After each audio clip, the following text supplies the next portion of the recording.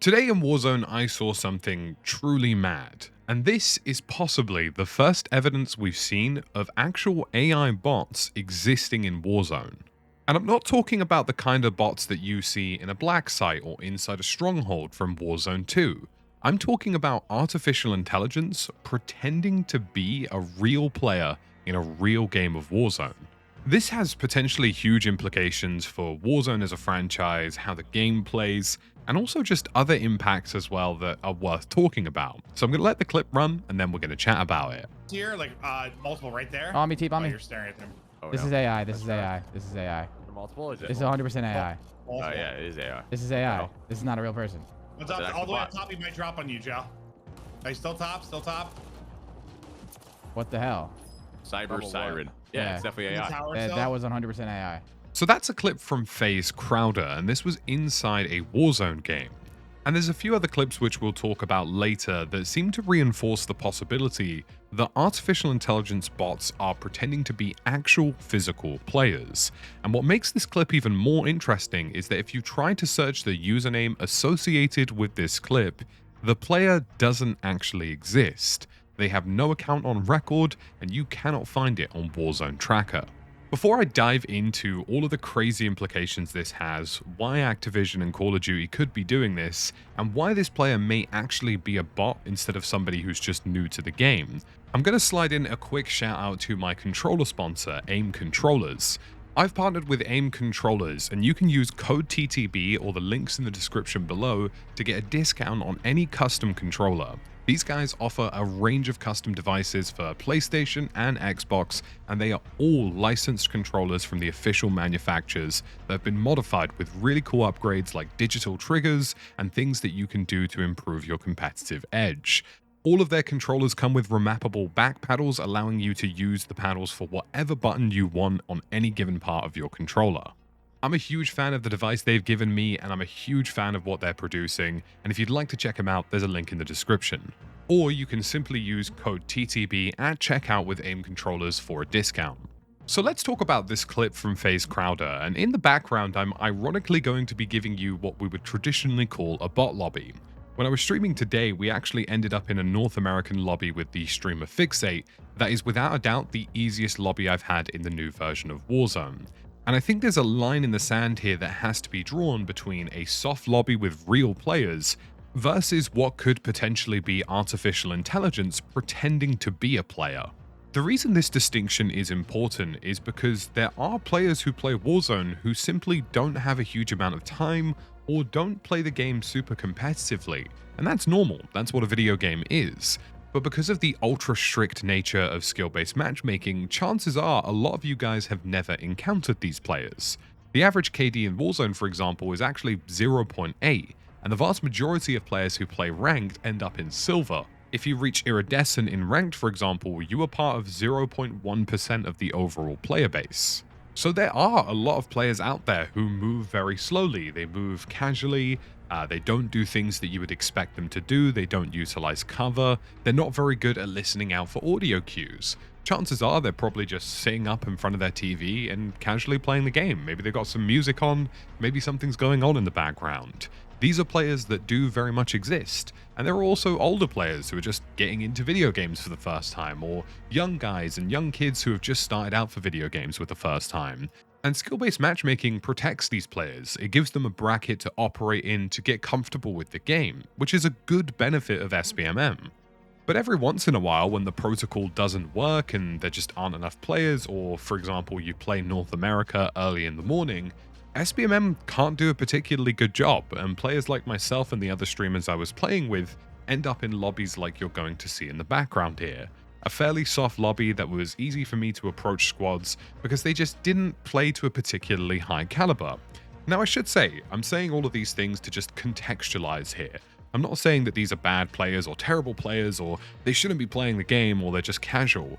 I'm just simply saying that's what it is. That's how video games are. There are always going to be players like me who exist at the top end of the spectrum, who play the game for hours a day, and there's also other people who play it for maybe 1 or 2 hours a week or 1 or 2 hours every month.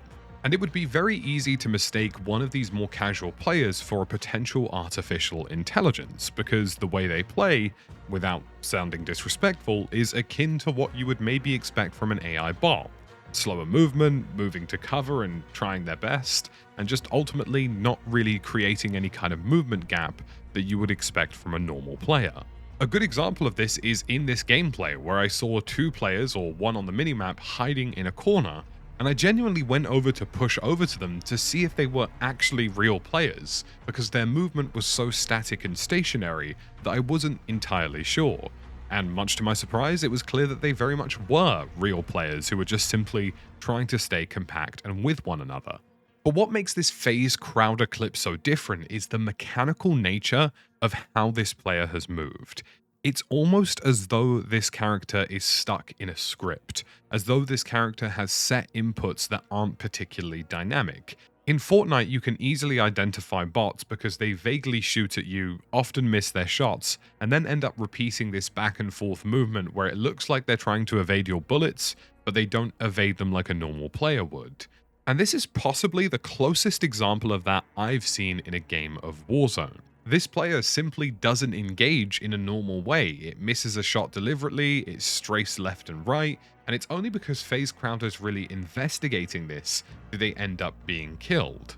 And this isn't even the first instance we've noticed of bots in Modern Warfare 3. There's a really interesting clip from Blame Truth, which I'm going to play for you here, which illustrates clearly that there are bots inside Modern Warfare 3 multiplayer, and they all seem to be stuck on some same kind of script.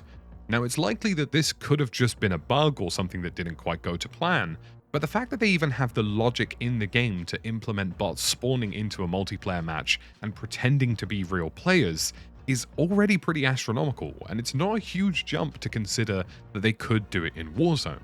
All of the AI intelligence data that they've collected from the bots that were playing in the black sites, for example, have been machine learning trained to learn how to move around the map and look somewhat convincing. So if we're to assume that this clip is in fact an actual AI player, an AI player that isn't a real person who is simply pretending to be a real player for the sake of filling the lobby, why is this happening, and what are they doing it for, and what implications does it have for the game?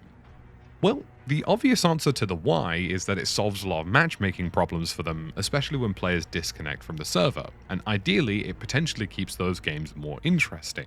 But the other flip side to this coin is the reality that Battle Royales actually have terrible player retention. In a Battle Royale, 100 players load in, and only one person actually wins that game. And it means that 99 other squads of potentially up to 97 people are being told, you lost, you didn't do well, you're not good enough, don't play this again, because that can genuinely happen in the gaming space.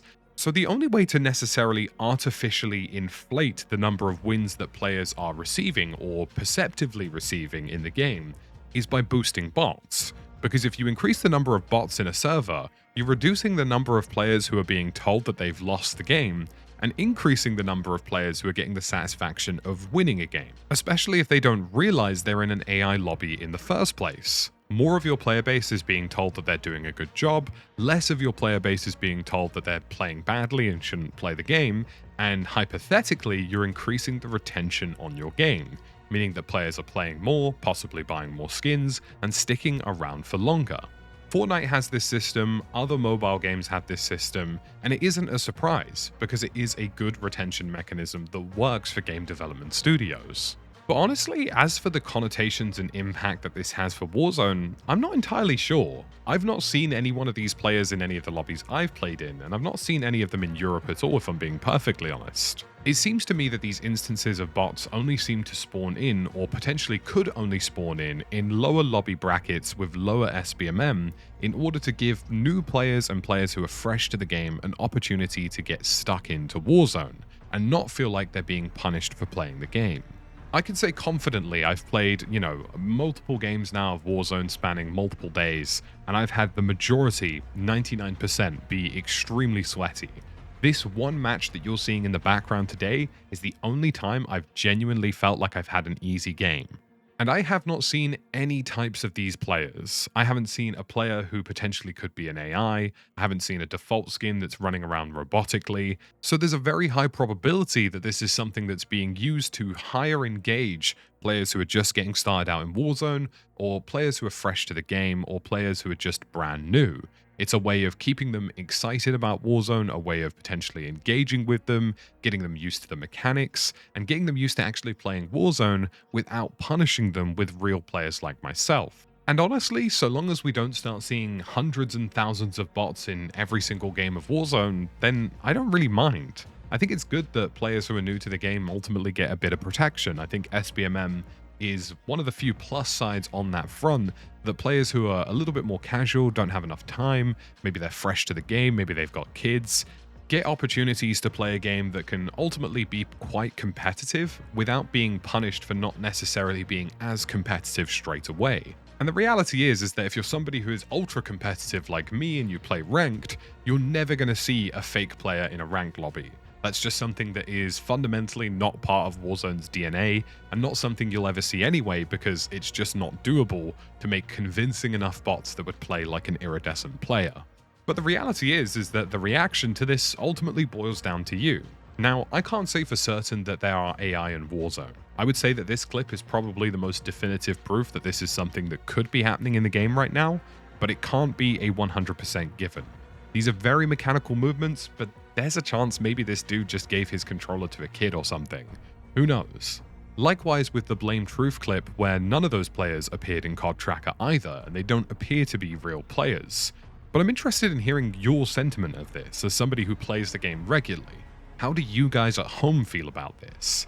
If you found this video interesting or enjoyable, drop a like, drop a sub. We do more deep dives like this on Warzone all the time. And please do check out the link below to the custom controllers that are now powering all of my content and streams. They're really high quality and I would highly recommend them. As always folks, thank you for watching, and I'll see you in the next one.